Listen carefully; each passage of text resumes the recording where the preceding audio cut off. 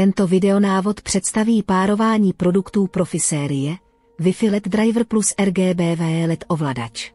Ujistěte se, že jsou do ovladače správně vloženy baterie. Věnujte pozornost jejich polaritě. Šroubovací svorky LED driveru bývají od výroby utaženy. Před montáží vodičů je uvolněte.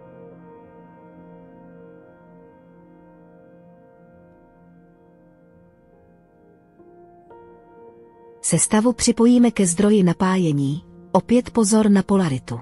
Před zahájením učení uvedeme přijímač do továrního nastavení delším stiskem tlačítka Learning Switch. Úspěšné provedení je indikováno probliknutím LED pásku.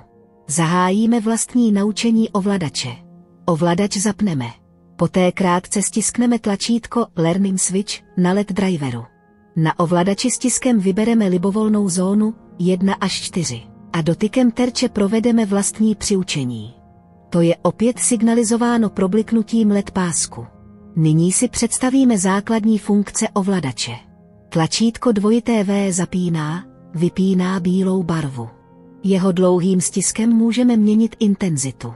Dotykem nebo pohybem na barevném terči měníme výslednou barvu LED pásku. Tlačítky hvězdička snižujeme, zvyšujeme intenzitu jasu.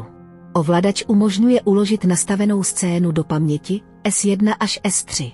Příklad uložení modré barvy do paměti S1 dlouhým stiskem. Uložení červené barvy do paměti S2 a zelená do S3. Nastavení vyvoláme krátkým stiskem tlačítka S. Ovladač nabízí režim efektů, které aktivujeme krátkým stiskem tlačítka šipky. Dlouhým stiskem nastavujeme rychlost efektů. Režim efektů vypneme dalším stiskem tlačítka šipky nebo dotekem terče.